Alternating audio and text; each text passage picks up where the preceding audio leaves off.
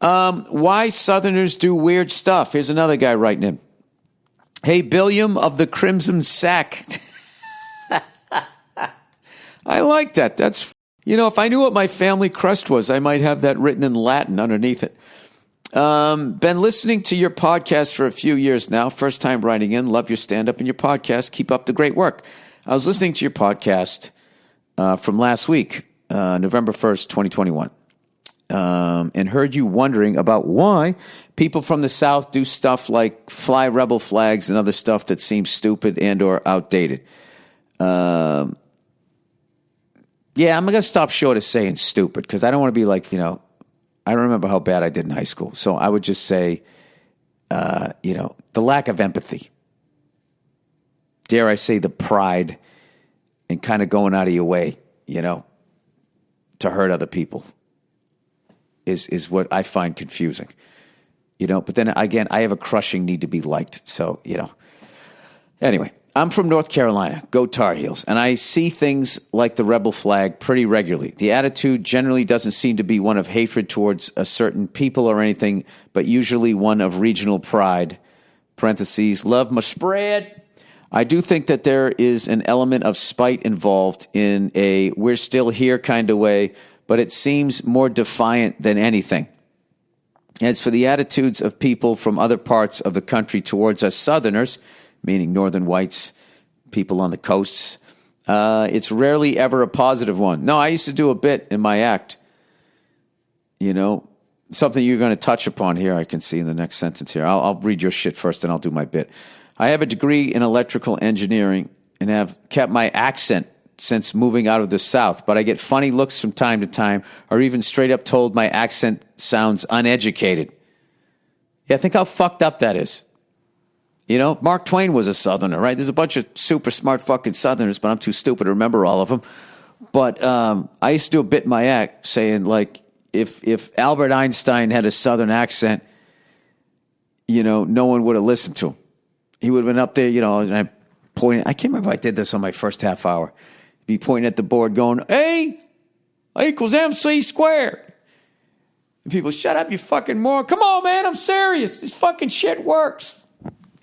Something like that. But that is true. There's a prejudice against your accent. Sometimes it's a bit more subtle where people will say something like, wow, I didn't expect you to know so much. As if I didn't spend 8 fucking years in college. Yeah. Yeah, that's what I loved about the late, great Vic Henley. Vic Henley kept his accent. And was a super smart guy with... being a super smart guy, he had really smart material, and I used to love watching him killing in New York City. And he never really addressed, at least all the years I watched him, he never said, I don't really remember. He just sort of talked about life and would crush. Anyway, now, granted, we're easy to make jokes out of, and we're one of the few groups of people left that it's considered safe to make fun of or mock, just for the circumstances of their birth. So I can't fault people for hanging on to that. But it does foster a bit of resentment, especially when you see people act like there's not other parts of the country just as ignorant, if not more so than the South. Well, hey, I've been to them all, and I can definitely tell you that the East Coast meathead, myself being one, could give you Southerners a run for their money.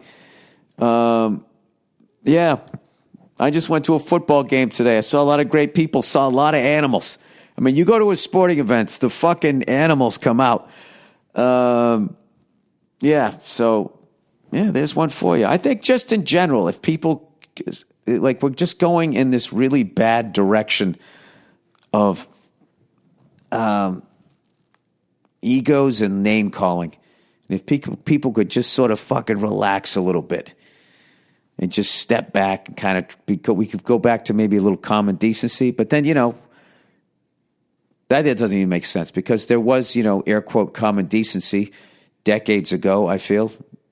But like a lot of other shit was worse. So I don't know. I don't know what the solution is. When's Jesus going to be done with that nap? I mean, when exactly how bad does it have to get before he comes back and is like, oh, Jesus.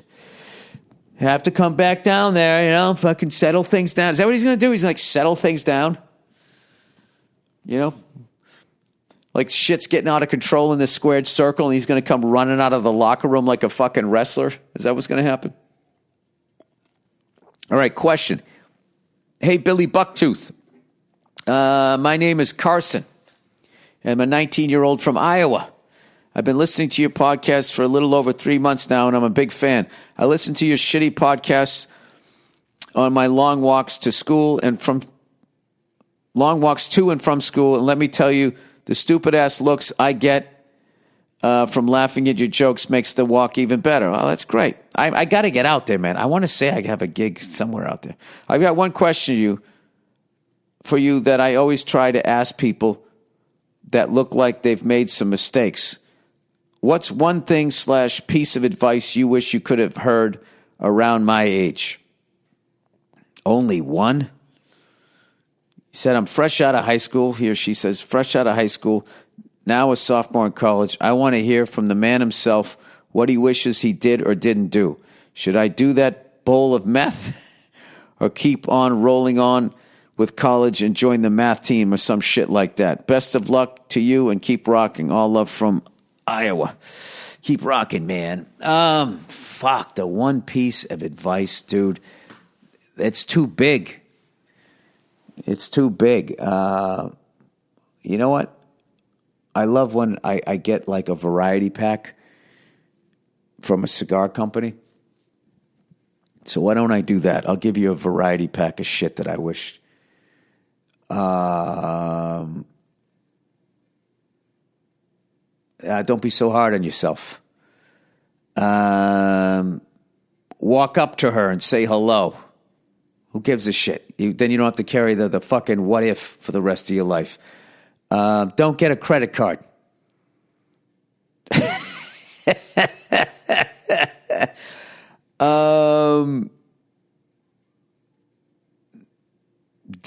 Fuck, I don't know what else. What else? Learn about money.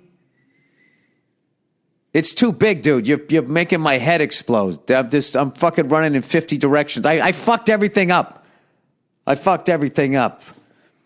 I don't know. I would say if you want to run for public office or something like that, you know, that's what I would do. I would treat my life in a lot of ways like I was running for public office. So I would really be careful about anything that you sent or whatever on the internet or joked around with through text messages and shit, because they seem to go back 8, 9, 10 fucking years and just try to destroy your fucking career. This is what you guys, by the time, you know, you're of age to go run for some big office, 30 years ago, you said this. And it's just like, I'm not the same person I was fucking 30 days ago. So, I don't know, dude. Just try to be a good person. Life isn't as tough as you think it's going to be.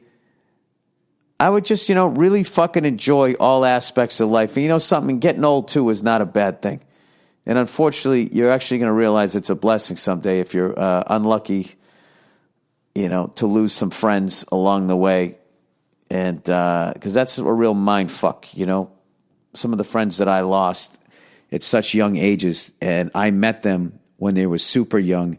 And if you told me when I met them that they were already halfway through their life, I mean, I don't even know how I would have even handled that. So, all right, I think that's enough vague shit that I could tell you. I think I would,